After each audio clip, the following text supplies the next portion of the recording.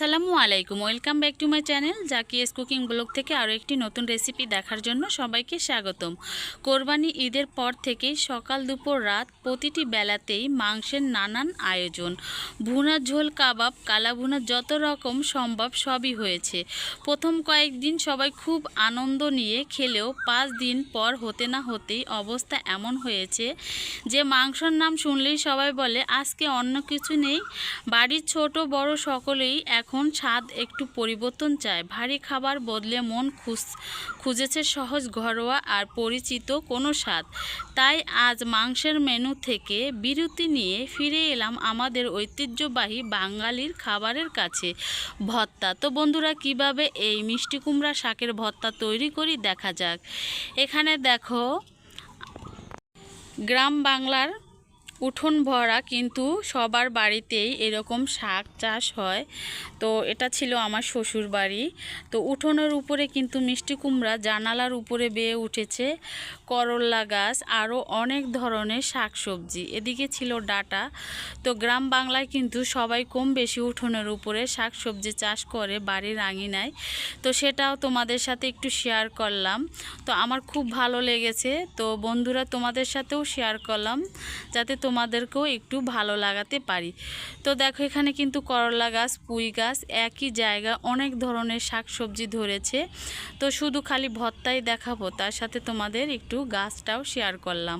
তো এদিকে দেখো, জানালার উপরে কিন্তু মাশাআল্লাহ অনেক সুন্দর মিষ্টি কুমড়া শাক ধরেছে।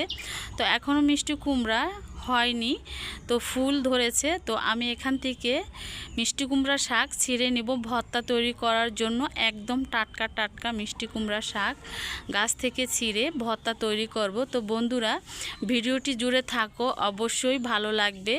আর এরকম ভর্তা খেতে হলে অবশ্যই আমার চ্যানেলটি সাবস্ক্রাইব করে আমার পাশে থাকবে।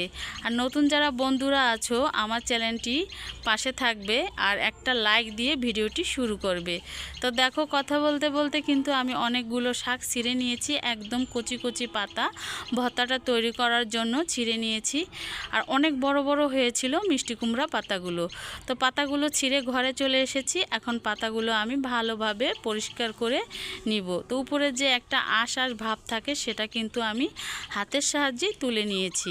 আর এদিকে বেছে ছোট ছোট হাতের সাহায্যে কেটে নিয়েছি। তো আমি কিন্তু বাহিরে ভয়েসটা দিতেছি, খুব সুন্দর ভালো লাগতেছে। তোমরা শুনতে পেয়েছো কিন্তু ছোট ছোট পাখি কিচিরমিচির করতেছে, শুনতে খুব ভালো লাগতেছে। চড়ুই পাখি, গাছ ভর্তি, গ্রামের যে একটা পরিবেশ আর আবহাওয়া, এগুলো কিন্তু দেখতেও ভালো লাগে এবং শুনতেও ভালো লাগে। তো সেটাও তোমাদের সাথে শেয়ার করলাম। তো তোমাদের কাছে কেমন লাগলো অবশ্যই কমেন্টের মাধ্যমে জানাবে। তো কথা বলতে বলতে কিন্তু আমার পাতাগুলো পরিষ্কার করে নেওয়া হয়ে গিয়েছে। এখন ভালোভাবে পানি দিয়ে পরিষ্কার করে ধুয়ে নিব কয়েকবার।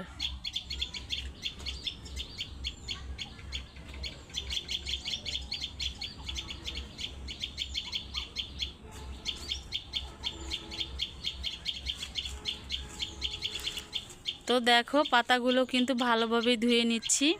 আর একদম ছিল পাতাগুলো ফ্রেশ, একদম কচি। তো পাতাগুলো আমার ধোয়া হয়ে গিয়েছে। এই পর্যায়ে ভর্তা তৈরি করার জন্য কাঁচা মরিচ নিব এবং পেঁয়াজ নেব। তো আমি কিন্তু ভর্তাটা কিন্তু কাঁচা মরিচ দিয়েই তৈরি করব। তোমরা চাইলে শুকনো মরিচ দিয়েও তৈরি করে নিতে পারো, কিন্তু কাঁচা মরিচের ভর্তাটা খেতে কিন্তু অনেক ভালো লাগে। তো এখানে বেশি পরিমাণ করে কাঁচা মরিচ এবং পেঁয়াজ নিয়ে নিয়েছি অফ ক্যামেরায় কেটে। এখন পরিষ্কার পানি দিয়ে ভালোভাবে ধুয়ে নিব। তো এই পর্যায়ে চলে আসলাম চুলায় কিন্তু পর্যাপ্ত পরিমাণে তেল দিয়ে দিলাম। আর এখানে কিছু শুকনো মরিচ ভেজে নিয়েছি। তো শুকনো মরিচটা একটু অল্পই ভেজে নিয়েছি, একটু সৌন্দর্য বাড়ানোর জন্য। তো তেলে মিডিয়াম আঁচ করে ভালোভাবে শুকনো মরিচগুলো মচমচে করে ভেজে নিব।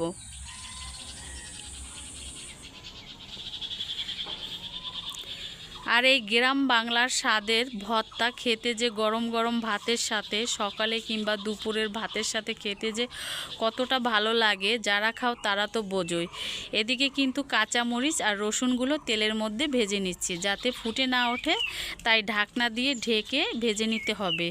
অবশ্যই এই টিপসটা ফলো করব, তা না হলে কিন্তু আমরা যখন কাঁচামরিচ ভাজি তখন কিন্তু গায়ে ছিটে আসার সম্ভাবনা থাকে।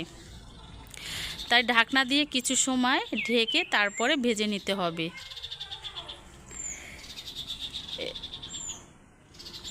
তো দেখো রসুন আর কাঁচামরিচগুলো কিন্তু সিদ্ধ হয়ে গিয়েছে এবং ভাজা হয়ে গিয়েছে। এই পর্যায়ে যে পেঁয়াজগুলো দেখিয়েছিলাম সেই পেঁয়াজগুলো কিন্তু আমি অফ ক্যামেরায় কুচি কুচি করে কেটে নিয়েছি, আর পেঁয়াজগুলো কিন্তু ভেজে নিতে হবে।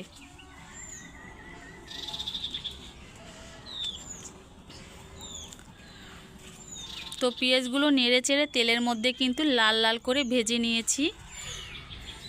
অবশ্যই কিন্তু ভর্তায় এই পেঁয়াজটা অ্যাড করতে হবে, তা না হলে কিন্তু ভর্তাটা খেতে ভালো লাগবে না। এদিকে মিষ্টি কুমড়া পাতাগুলো কিন্তু তেলের মধ্যে দিয়ে দিলাম, আর এখানে আধা চা চামচের মতো লবণ অ্যাড করে দিব। যদি লবণ লাগে পরবর্তী সময় ভর্তা তৈরির শেষে চেক করে তারপরে লবণটা দিব। তো লবণটা অবশ্যই এখন দিতে হবে, তাহলে কিন্তু শাকটা সুন্দর করে সেদ্ধ হয়ে যাবে। আর ঢাকনা দিয়ে ঢেকে শাকটাকে সুন্দর করে সেদ্ধ করে নিতে হবে।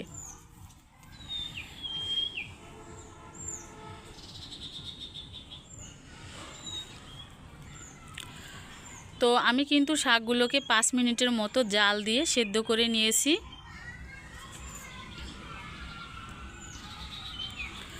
তো শাকগুলো সেদ্ধ হয়েছে কিনা একটু চেক করে দেখে নিলাম। তো শাকগুলো কিন্তু সেদ্ধ হয়ে গিয়েছে, এখন আমি কড়াই থেকে তুলে নিব। তোলার পরে কিন্তু আমি ভর্তাটা তৈরি করে নিব শাকটা ঠান্ডা করে। আর এদিকে কয়েকটা শুকনো মরিচ দিয়ে দিলাম, ছোট ছোট 4টা শুকনো মরিচ দিয়ে দিলাম। অল্প একটু লবণ দিয়ে শুকনো মরিচগুলো আমি বাটনায় বেটে নিব। আর এরকম বাটনায় ভর্তা করলে যে কতটা মজাদার হয়, না বানালে বুঝতেই পারবে না বন্ধুরা, এতটা মজাদার হয়। আর এদিকে যে কাঁচামরিচগুলো ভেজে নিয়েছিলাম, রসুন আর কাঁচামরিচ, সেগুলোও কিন্তু আমি বেটে নিব বাটনায়। আর এই বাটনায় ভর্তা করতে কিন্তু অনেক ভালো লাগে। যারা পাটায় শিলপাটায় নাই তারা কিন্তু এরকম করে বাটনায় ভর্তাটা করে নিতে পারো।